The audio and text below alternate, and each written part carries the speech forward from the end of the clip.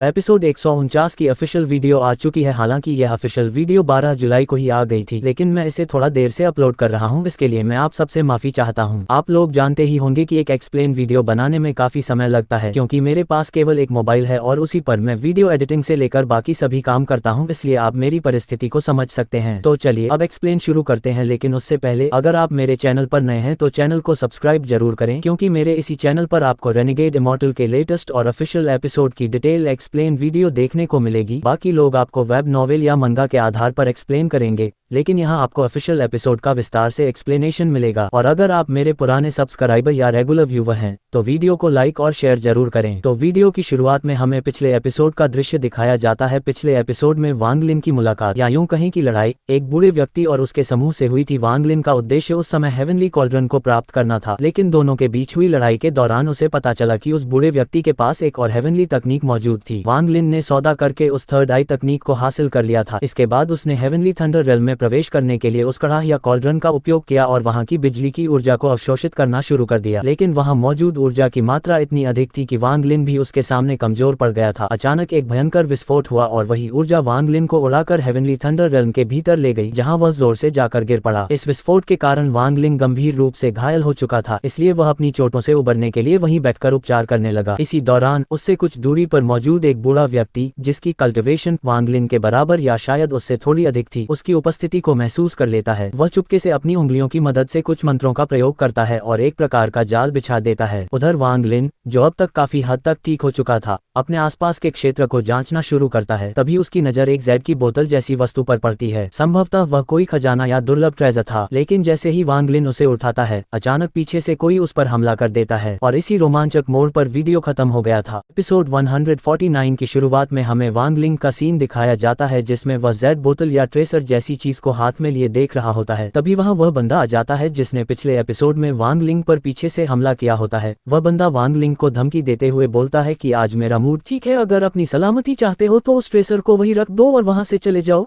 पर वांग लिन तो लड़ाई करने के मूड में होता है। वह उस जेड बोतल को अपने स्पेस स्टोरेज में रख लेता है। ये देखकर उस कल्टीवेटर को गुस्सा आ जाता है और वह अपने क्रिएचर जैसे दिखने वाले पेट से हमला चार्ज करके एक स्वॉर्ड जैसा लाइटनिंग हमला तैयार कर लेता है, जिससे वांग लिन भी बदमाशी करने में उतर आता है। वह भी अपनी डीमन आग तैयार करने लगता है और एक लाइटनिंग बोल सा तैयार कर लेता है। दोनों बंदों का अटैक आपस में टकराता है, लेकिन वांग लिन के हमले के सामने उस बंदे का हमला कमजोर पड़ने लगता है और उस बंदे के पसीने छूटने लगते हैं। वांग लिन अपने हमले को, जो लाइटनिंग बाल जैसा दिख रहा होता है, अपने हाथों से क्लंच करके ब्लास्ट कर देता है, जिससे वह बंदा पीछे खिसका हुआ चला जाता है। उसकी हालत खराब हो जाती है, लेकिन वांग लिन उसे कोई दूसरा मौका नहीं देता। वह उसी ब्लास्ट के पीछे अपने पपट को छोड़ देता है। पपट हमला करने के लिए एक किक तैयार करने लगता है, जिससे वह बंदा जो खुद को संभालने में लगा था, जल्दी से अपने उंगली को दांत से दबाकर एक डिफेंस तैयार कर लेता है, जिससे फिर से दोनों आपस में टकराते हैं और एक बड़ा ब्लास्ट हो जाता है और वह बंदा फिर से पीछे खिसका हुआ चला जाता है। वांग लिन के इस हमले को उसका डिफेंस सह लेता है। वांग लिन को उसकी यह बात अच्छी लगती है। वह बंदा जिसकी हालत खराब हो चुकी होती है, वह दोबारा से एक अटैक तैयार करने लगता है, जो कि एक लोच जैसा दिख रहा होता है और एक डेमन के हाथ में होता है जैसा दिख रहा होता है, जिसका नाम डेमन लॉर्ड्स ऑफ दाव होता है। उसके इफेक्ट से वांग लिन कुछ सेकंड के लिए वही खड़ा रह जाता है। यह अटैक सीधे उसके दिमाग में घुस जाता है, लेकिन वांग लिन उसे अंदर से डिफेंस कर लेता है। वह बंदा उस अटैक को वांग लिन पे सीधे दे मारता है, लेकिन वांग लिन को लगने से पहले वह डोज करके ऊपर चला जाता है और उस बंदे का दाव हमले का जवाब अपने दाव इंटेंट हमले से देने के लिए निकाल लेता है। वह अपने उस ग्रीन गेट जैसे दाव हमले को निकाल लेता है, जिसमें तेज वाटर फ्लो होता है, और बोलता है, अगर लड़ना चाहते हो तो मैं तुम्हारे अंत तक लड़ूंगा, और अटैक कर देता है। वह बंदा ये देखकर गुस्से में आ जाता है कि एक फर्स्ट स्टेप कल्टिवेटर उससे इतना ताकतवर कैसे हो सकता है, और दोबारा से अपने डेमन लॉर्ड से अटैक कर देता है। इस बार उसका हमला वांग लिन के हमले पर भारी पड़ रहा होता है, जिससे वांग लिन अपने दाव हमले के ऊपर एक और दाव हमले का इस्तेमाल कर देता है, जिसका नाम सोल ऑफ द स्प्रिंग होता है। लेकिन ये हमला भी उसके उस हमले के सामने कमजोर पड़ जाता है। वह बंदा अपने डेमन लॉर्ड से फिर से हमला करता है, लेकिन इस बार वांग लिन अपनी कर्मा विप को निकाल लेता है और उसी से डिफेंस करते हुए उसके अटैक पर अटैक कर देता है। इस बार उसके डेमन लॉर्ड्स का लॉर्ड्स पूरी तरह से टूटकर बिखर लगता है, जिससे उसका इफेक्ट उस बंदे पर पड़ता है, लेकिन वह दोबारा से उस अटैक को बनाने लगता है।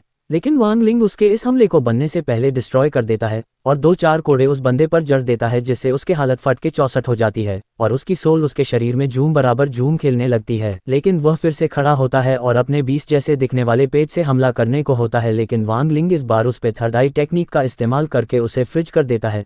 लेकिन देखने में ऐसा लग रहा होता है जैसे इस नई टेक्निक से वांग लिन को भी थोड़ी परेशानी हो रही होती है। वांग लिंग अपने हेवनली स्वॉर्ड को कमांड देते हुए बोलता है कि उसका काम निपटा दे, जिससे स्वॉर्ड स्पिरिट बाहर निकलकर उसके छाती के आर पार कर देता है और उसे कुछ स्लैश में धूल चटा देता है और उसका काम तमाम हो जाता है। उन दोनों का खेल खत्म करने के बाद स्वॉर्ड स्पिरिट वांग लिंग के पास आकर उससे शाबाशी की उम्मीद करता है, लेकिन वांग लिंग उसे कोई भाव नहीं देता और सीधे उसे स्वॉर्ड के साथ अपने स्पेस स्टोरेज में रख लेता है। वांग लिंग की नाराजगी स्वॉर्ड स्पिरिट पर इसलिए होगी क्योंकि उसने पिछले एपिसोड में वांग लिंग से बगावत कर दी थी। अब वांग लिंग उस बंदे का लूट लेकर वह से चला जाता है क्योंकि उस दुनिया में और भी बहुत सारे ट्रेसर है। सीन चेंज होता है और हमें कुछ लोगों का सीन दिखाया जाता है जहां वे आपस में बात कर रहे होते हैं।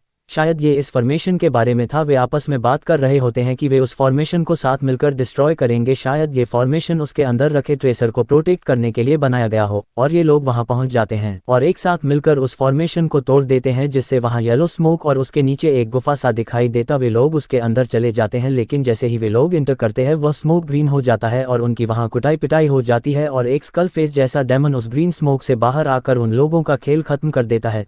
तभी यहाँ पर एक लाल परी अपीयर होती है जो देखने में कतई पटोला लगती है, लेकिन उसका रोल इस सीन में विलेन वाला है। उसके साथ एक और बंदा होता है जिसे वह लड़की उसे ली युआन कहकर डांट रही होती है, जो शायद उसका स्लेव होता है। वह उस लाल परी को मिस गे कहकर बुला रहा होता है और वह उससे माफी मांग रहा होता है। तभी वहां उन लोगों को वांग लिंग इसी तरफ आते हुए दिखाई देता है। ली युआन दोबारा से उस फॉर्मेशन ट्रैप को बनाने लगता है। तभी वांग लिंग जो वहां से गुजर रहा होता है उसकी नजर उस फॉर्मेशन पर पड़ जाती है। वह भी बाकी लोगों की तरह वहां पर उतर जाता है और उस फॉर्मेशन को देखने लगता है। वह उसे देखकर समझ जाता है कि उसके अंदर ट्रैप है। मिस गे और ली युआन वहीं पर खड़े होते हैं जैसे वह लोग उसी ट्रेसर के लिए वहां आए हैं, लेकिन वांग लिंग को पता चल जाता है कि यह ट्रैप ली युआन ने बनाया है।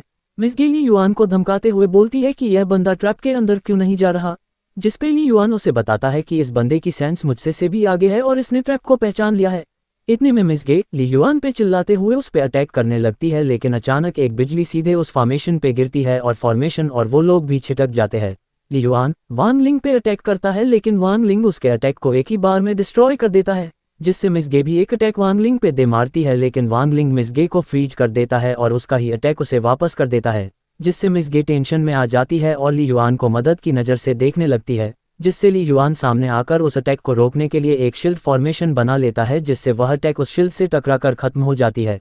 वह शील्ड वांग लिंग को कहीं देखा हुआ लगता है और उस पे एक हेवनली दाव हैंड से अटैक कर देता है, जिससे उनका शील्ड चकनाचूर हो जाता है और दोनों की हालत खराब हो जाती है। मिस गे अपने हेवनली घोस्ट से अटैक करते हुए बोलती है कि वह वांग लिंग को डिवोर कर ले, लेकिन उसके इस अटैक को अपने कर्मा विप से 2-4 कोड़े मारकर उसे अपने स्टोरेज में डाल देता है, जिससे मिस गे ये देखकर पहले तो डर जाती है क्योंकि इसे उसने बहुत मेहनत से पाया था और इसी वजह से बहुत गुस्सा भी हो जाती है कि उसकी मेहनत हो वांग लिंग ने डिस्ट्रॉय कर दिया है। वांग लिंग उसके इस तरह उस पे चिल्लाने से गुस्सा हो जाता है और एक अटैक तैयार करने लगता है। जैसे वह उस पे अटैक करने को होता है, ली युआन सामने आ जाता है और इसकी इस हरकत के भरपाई के लिए एक डील करता है, जिसमें वह वांग लिंग को इस हेवनली थंडर रेल्म के सेंटर में एक ट्रेसर है उस जगह ले जाएगा। इसलिए ये सुनकर ली युआन पर गुस्सा करती है, लेकिन ली युआन उसे समझाते हुए बोलता है कि इसने मेरे ट्रैप को डिस्ट्रॉय कर दिया और आपके हेवनली घोस्ट को भी अपना बना लिया। यह कोई आम कल्टिवेटर नहीं है, अगर आप मर गई तो गे क्लैन का फ्यूचर प्लान डूब जाएगा। वांग लिंग उस बंदे ने जो शील्ड बनाया था फाइट के समय उसके बारे में सोचता है और मन में बोलता है कि ये बंदा ऑर्डिनरी नहीं लगता,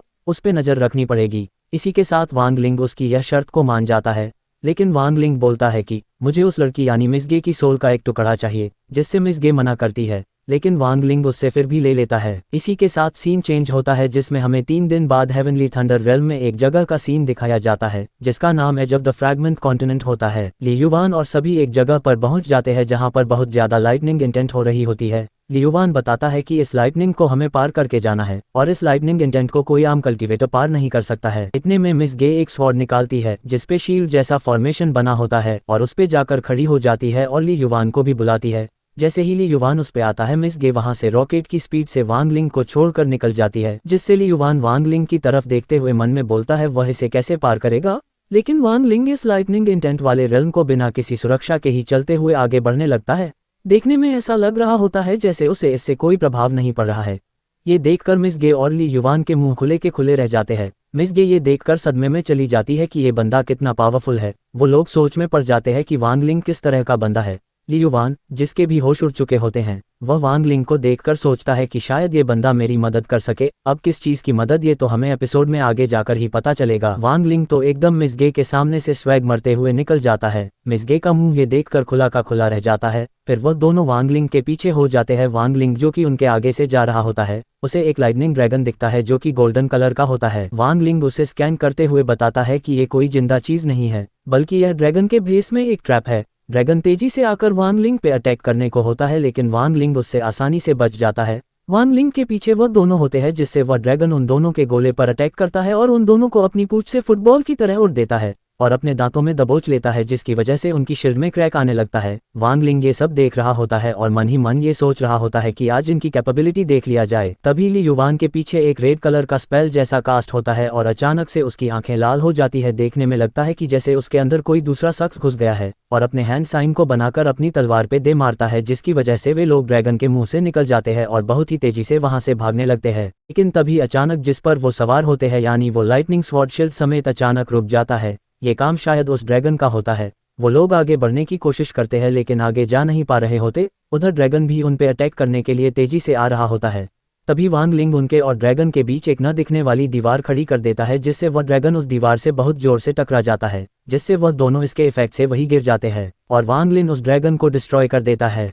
ली युआन इसके लिए वांग लिंग को थैंक यू बोलता है और वे दोबारा से आगे बढ़ने लगते हैं। सीन चेंज होता है, हमें एक जगह दिखाया जाता है जो उस थंडर इमॉर्टल रेल्म का ग्रेवयार्ड होता है। वहां पहुंचने में उन लोगों को लगभग आधा मंथ लग जाता है। वांग लिंग को सेंस होता है कि वहां हवा में स्वॉर्ड की गंध बहुत तेज आ रही होती है। ली युआन बताता है कि यह जगह इस रेल्म का ग्रेवयार्ड है। तीनों एक जगह पर लैंड करते हैं, जिससे वांग लिंग को कुछ अजीब सा महसूस होने लगता है। तभी ली युआन आगे जाता है, जिससे उसके अंदर गोल्डन कलर की रोशनी समाने लगती है। मिस गे ये सीन देखकर सोच में पड़ जाती है। वांग लिंग भी ये सीन देख रहा होता है।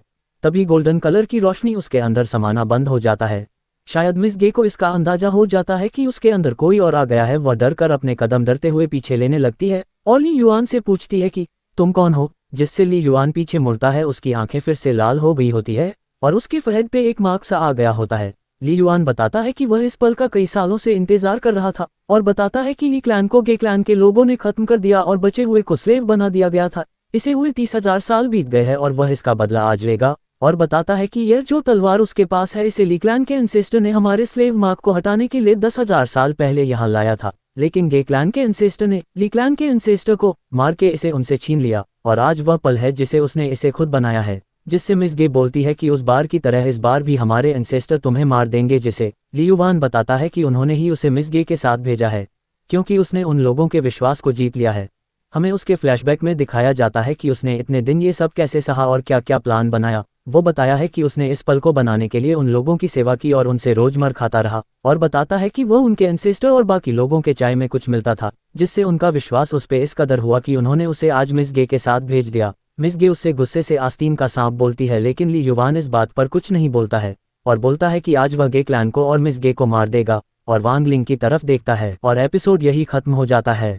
नेक्स्ट वीडियो में हमें ली युआन और वांग लिंग की तगड़ी वाली फाइट देखने को मिलेगी और आप लोग इसे मिस नहीं करना चाहते हैं तो मेरे इस चैनल को सब्सक्राइब करके बेल को भी प्रेस जरूर कर दें, ताकि आपको मेरी हर वीडियो की लेटेस्ट अपडेट मिलती रहे। और अगर आपको मेरी यह वीडियो अच्छी लगी तो लाइक करके एक कमेंट जरूर कर दें। मिलते हैं अगले एपिसोड में।